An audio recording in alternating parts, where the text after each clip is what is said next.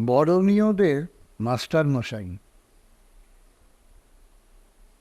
বিদ্যাসাগর, লেখক ডাক্তার পার্থজিৎ গঙ্গোপাধ্যায়।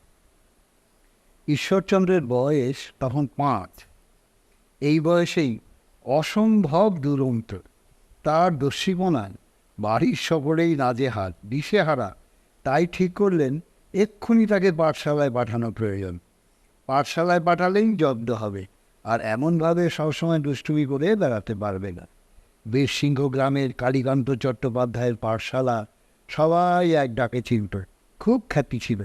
অত্যন্ত অল্প সময়ের মধ্যেই পাঠশালায় আসা পড়ুয়ারা অনেক বেশি বিষয় আয়ত্ত করে ফেলত। এমন দ্রুত আশপাশের পাঠশালার পণ্ডিতরা শেখাতে পারতেন না। কালীকান্তবাবু ছিলেন দারুণ ছাত্রদরদী। কখনো ছাত্রদের মারতেন না, পরম স্নেহে গভীর মমতায় তিনি সব কিছু বোঝাতেন। ঈশ্বরচন্দ্র নিজেই লিখেছেন, বস্তুত পূজ্যপাদ কালীকান্ত চট্টোপাধ্যায় মহাশয় গুরু মহাশয় দলের আদর্শ ছিলেন। 5 বছর থেকে 8 বছর পর্যন্ত এই পাঠশালায় পড়েছেন ঈশ্বরচন্দ্র। দুরন্ত ঈশ্বরচন্দ্র পাড়া প্রতিবেশীর কাছে ছিলেন এক আতঙ্ক। গুরুমশাই কালীকান্তবাবুর কানেও দিয়েছিল সেই দুরন্তপনার কথা। তাই প্রায় দিনই অন্য পড়ুয়াদের ছুটি দিয়েও ঈশ্বরচন্দ্রকে পড়াতে পড়াতে সন্ধে পেরিয়ে যেত। ক্রমেই রাত বাড়ত। হয়তো দূরে ডেকে উঠত প্যাঁচা, ডাকত ঝিলুরি। ঘুমিয়ে পড়তেন ঈশ্বরচন্দ্র। শেষে গুরুমশাই নিজেই প্রিয় ছাত্রকে কোলে করে পৌঁছে দিতেন বাড়িতে। 8 বছর বয়সে ঈশ্বরচন্দ্র আসেন কলকাতায়। পিতা ঠাকুর দাসের সঙ্গে থাকতেন বড়বাজারের কাছে। বাড়ির পাশেই ছিল এক পাঠশালা। সেখানে ঈশ্বরচন্দ্রকে ভর্তি করে দেওয়া হল। পাঠশালাটি চালাতেন স্বরূপচন্দ্র দাস। শিক্ষক হিসেবে তিনি ছিলেন খুব অভিজ্ঞ। আশেপাশে তার বেশ খ্যাতিও ছিল। বহু ছেলে মেয়ে তার পাঠশালায় পড়তে আসতেন। বালক ঈশ্বরচন্দ্রের প্রখর বুদ্ধি, তীক্ষ্ণ বিচার শক্তি স্বরূপচন্দ্রকে মুগ্ধ করেছিলেন। মাস 3 এই পাঠশালায় পড়েছিলেন। তারপর হঠাৎই ঈশ্বরচন্দ্র অসুস্থ হয়ে পড়েন। কঠিন পীড়া, কিছুতেই আর সারে না। শেষে অসুখ সারাতে ফিরে যেতে হয় নিজের গ্রামে। রোগমুক্ত হওয়ার পর আবার ঈশ্বরচন্দ্রকে কলকাতায় নিয়ে আসা হয়। 9 বছর বয়সে ভর্তি হলেন সংস্কৃত কলেজে। তখন সংস্কৃত কলেজে সংস্কৃত পড়াতেন গঙ্গাধর তর্কবাগীশ। ঈশ্বরচন্দ্রের স্মরণশক্তি ও অধ্যবসায় মুগ্ধ হন তিনি। অল্প দিনের মধ্যেই ঈশ্বরচন্দ্র হয়ে ওঠেন তার প্রিয় ছাত্র। তিনি ঈশ্বরচন্দ্রকে ভীষণ স্নেহ করতেন। ভর্তির 6 মাস পরই কলেজের প্রথম পরীক্ষায় বসেন ঈশ্বরচন্দ্র। খুব ভালো ফলও করেন। গঙ্গাধর তর্কবাগীশের তত্ত্বাবধানে 2 বছর ছিলেন। এরপর ঈশ্বরচন্দ্র ভর্তি হলেন সাহিত্য শ্রেণীতে। প্রথমে তো শ্রেণী শিক্ষক জয়গোপাল তর্কলঙ্কার তাকে ভর্তিই নিতে চাননি।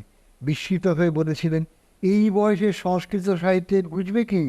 এ কথা ঈশ্বরচন্দ্রের মনে আঘাত লাগে, অভিমান হয়। দুঃখ অভিমানে বলেই ফেলেন, ভর্তির জন্য পরীক্ষা নিন না, উত্তীর্ণ না হলে ভর্তি নেবেন না। এ কথা বলা মাত্র ঈশ্বরচন্দ্রকে তিনি কয়েকটি কঠিন সংস্কৃত কবিতা থেকে প্রশ্ন করেন। উত্তর শুনে চমকিত হন। ঈশ্বরচন্দ্র যে এমন অনায়াসে উত্তর দিতে পারবেন ভাবেননি পণ্ডিত মশাই। এমন নির্ভুল উত্তরও প্রত্যাশা করেননি তিনি। জয়গোপালের মন জয় করে ফেলেন ঈশ্বরচন্দ্র। উত্তর শুনে মুগ্ধ হয়ে সাহিত্য শ্রেণীতে ঈশ্বরচন্দ্রকে ভর্তি করে নিলেন। প্রথম থেকে ঈশ্বরচন্দ্রের উপর জয়গোপালের আলাদা দৃষ্টি ছিল। অত্যন্ত স্নেহ করতেন, ঠিক নিজের ছেলের মতো।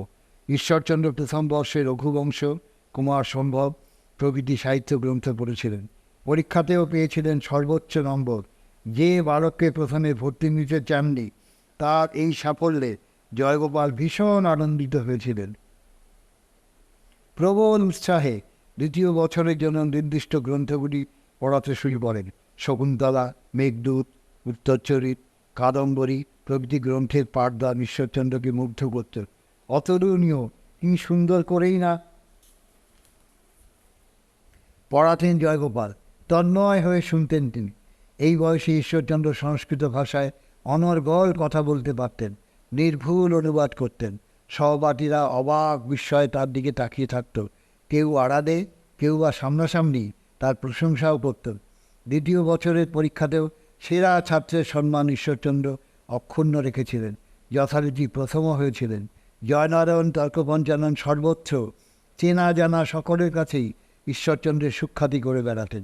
তারকনাথ তর্ক বাচস্পতিকে বলেছিলেন, এই বালক সমগ্র বাংলাদেশের অদ্বিতীয় মানুষ হিসেবে চিহ্নিত হবে। মাস্টারমশাই জয়নারায়ণের সেই ভবিষ্যৎবাণী অক্ষরে অক্ষরে মিলে গিয়েছিল। ঈশ্বরচন্দ্রের বাড়ির অবস্থা মোটেই ভালো ছিল না। দুঃখময় জীবন, অর্থ সংকট লেগেই থাকত। অতি কষ্টের তার দিন কাটত, কিন্তু মুখের উজ্জ্বল হাসিটুকু অম্লান ছিল। বৃত্তির টাকা থেকে তিনি সহপাঠী দরিদ্র ছাত্রদের সাহায্য করতেন, বই কিনে দিতেন, জামা কাপড়ও কিনে দিতেন। আবার কেউ অসুস্থ হলে চিকিৎসার ব্যবস্থাও করতেন। এরপর সংস্কৃত কলেজে ঈশ্বরচন্দ্র এক এক করে পড়েন অলঙ্কার, স্মৃতি, বেদান্ত, ন্যায় ও দর্শন। প্রতি শ্রেণীতেই তার সাফল্য ধারা বজায় ছিল। প্রতিবার প্রথম হয়েছেন, পুরস্কারও পেয়েছেন প্রচুর। বেদান্ত শ্রেণীতে পড়াতেন শম্ভুচন্দ্র বাচস্পতি। তার সঙ্গে ঈশ্বরচন্দ্রের অতি ঘনিষ্ঠ সম্পর্ক ছিল। এছাড়াও বিভিন্ন শ্রেণীতে ঈশ্বরচন্দ্র মাস্টারমশাই হিসেবে পেয়েছেন রামচন্দ্র বিদ্যাবাগীশ, হরনাথ তর্কভূষণ ও প্রেমচন্দ্র তর্কবাগীশকে। সকলের সঙ্গে ঈশ্বরচন্দ্রের মধুর সম্পর্ক ছিল। সকলেই তাকে স্নেহ করতেন। এমন মেধাবী ছাত্রকে স্নেহ না করে কি থাকা যায়? ওই সময় সংস্কৃত কলেজের নিয়ম ছিল বাৎসরিক পরীক্ষার সময় সংস্কৃত পদ্য ও গদ্য রচনা করা। যার লেখা শ্রেষ্ঠ বলে বিবেচিত হতো তাকে দেওয়া হতো 100 টাকা পুরস্কার। পরীক্ষার দিন দেখা গেল সব ছাত্রই হাজির, কিন্তু নেই শুধু ঈশ্বরচন্দ্র। কী ব্যাপার? কোথায় গেলেন তিনি? খোঁজ খোঁজ খোঁজ, অনেক খোঁজাখুঁজির পর শেষে তাকে খুঁজে নিয়ে এলেন প্রেমচন্দ্র তর্কবাগীশ। নিয়ে আসা হলো বটে, কিন্তু ঈশ্বরচন্দ্র কিছুতেই পরীক্ষায় বসতে রাজি হলেন না। শেষে তাকে প্রায় জোর করে পরীক্ষায় বসিয়ে দিলেন প্রেমচন্দ্র। প্রেমচন্দ্র ছিলেন পাকা জহুরি। ঈশ্বরচন্দ্রকে চিনতে তিনি ভুল করেননি। তার প্রতি ছিল গভীর আস্থা এবং বিশ্বাস। জানতেন ঈশ্বরচন্দ্র চমক দেওয়ার মতো ফল করবেন। যথারীতি ঘটলেও তাই। ফল বেরোতেই সবাই অবাক সেরা রচনাটি লিখেছেন ঈশ্বরচন্দ্র। ন্যায় ও দর্শন শ্রেণীতে পড়ার সময় 2 মাসের জন্য সংস্কৃত কলেজের 2য় শ্রেণীর অধ্যাপক পদ শূন্য হয়েছিল। অধ্যক্ষ মার্শাল ওই পদের জন্য ঈশ্বরচন্দ্রকে নিয়োগ করেছিলেন। অধ্যক্ষ মার্শালও ঈশ্বরচন্দ্রের উপর গভীর আস্থা পোষণ করতেন। তাই বাইরের কাউকে নয়, কলেজের সেরা ছাত্রটিকেই ওই পদে নিয়েছিলেন তিনি। 2 মাস পড়িয়ে ঈশ্বরচন্দ্র পেয়েছিলেন 80 টাকা। পুরো টাকাটাই বাবার হাতে তুলে দিয়ে বলেছিলেন, যান তীর্থ দর্শন করে আসুন। 20 বছর বয়সে ঈশ্বরচন্দ্রের সংস্কৃত কলেজের যাবতীয় শিক্ষা সমাপ্ত হয়। মাস্টারমশাইরা তার জ্ঞান, প্রতিভা ও গুণের প্রশংসা করেই থেমে থাকেননি। কৃতি ছাত্রকে সকলে মিলে স্বীকৃতিও দিয়েছেন।